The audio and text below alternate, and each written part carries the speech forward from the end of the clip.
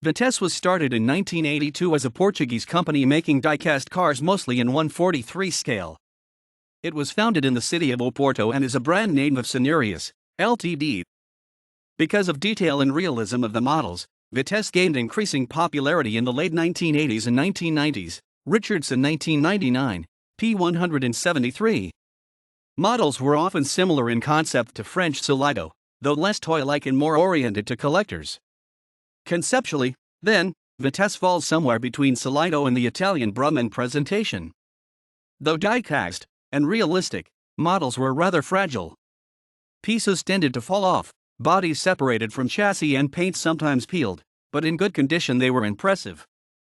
By about 1992, Vitesse had produced about 40 different models, often in top-up or top-down versions like Brum or Rio models. Offerings were made in plenty of liveries.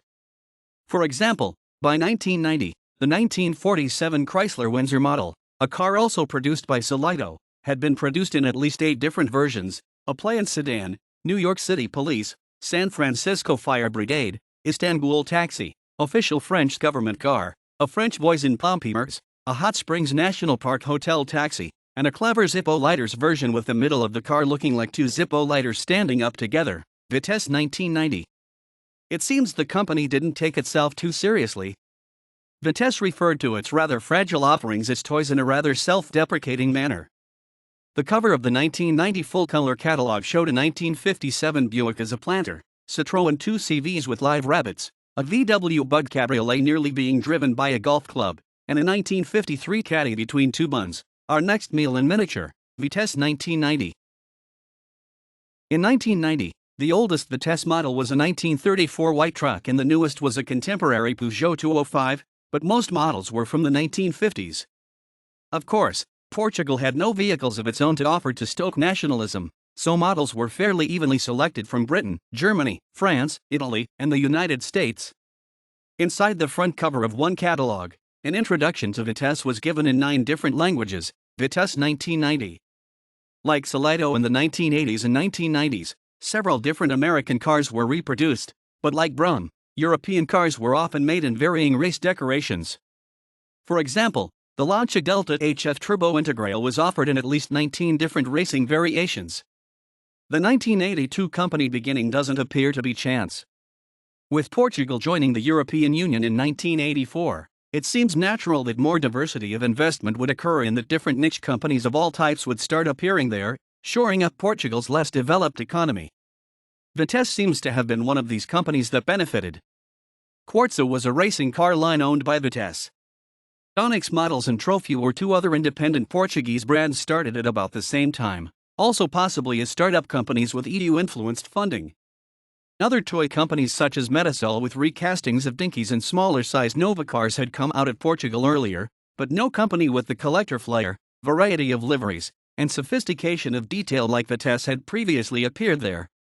For comparison, fewer such companies seem to have come out of Greece, a country similar in environment, economic status, and which had joined the EU even earlier than Portugal.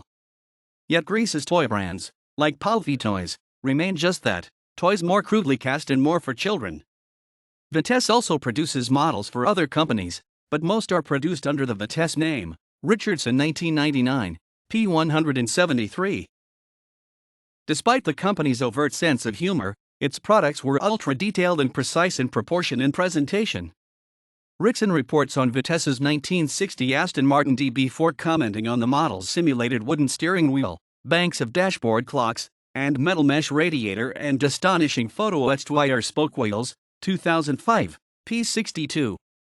Other European cars like the 1938 BMW 328 Roadster were typical.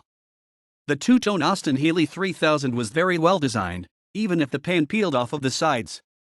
When the Sachsenring Trabant became the symbol of the fall of the Berlin Wall in 1989, Vitesse quickly jumped at the chance to produce it in miniature and sell it across a unified Germany and an emotional Europe.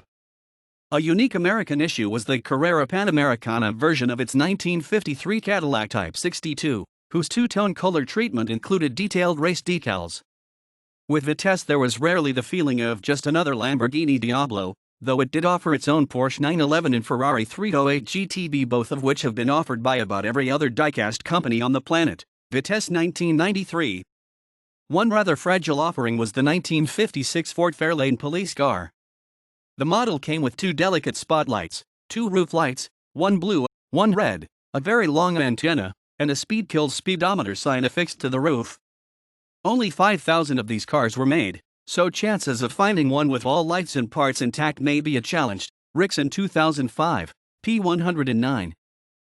Vitesse also was quick to offer models in promotional guises, particularly related to racing sponsors. A specially packaged Coca-Cola Porsche 917, a Martini Lancia, special Peugeot promotional models and others made for Rothmans or Kenwood. Vitesse 1990. One popular promotional model often seen in the US was the 3.5-inch 1/64th scale UPS truck. Sometimes seen mounted on special bases, the truck is impressively detailed with official UPS brown colors and logo. Rixson 2005, P93. Eventually Vitesse was purchased by Sunstar Models of Macau, usually a maker of well-detailed 1/18 scale diecasts. 3 former Vitesse lines are now supported by Sunstar: Vitesse Models, Vitesse Rally, and Quartzo, which does race car replicas.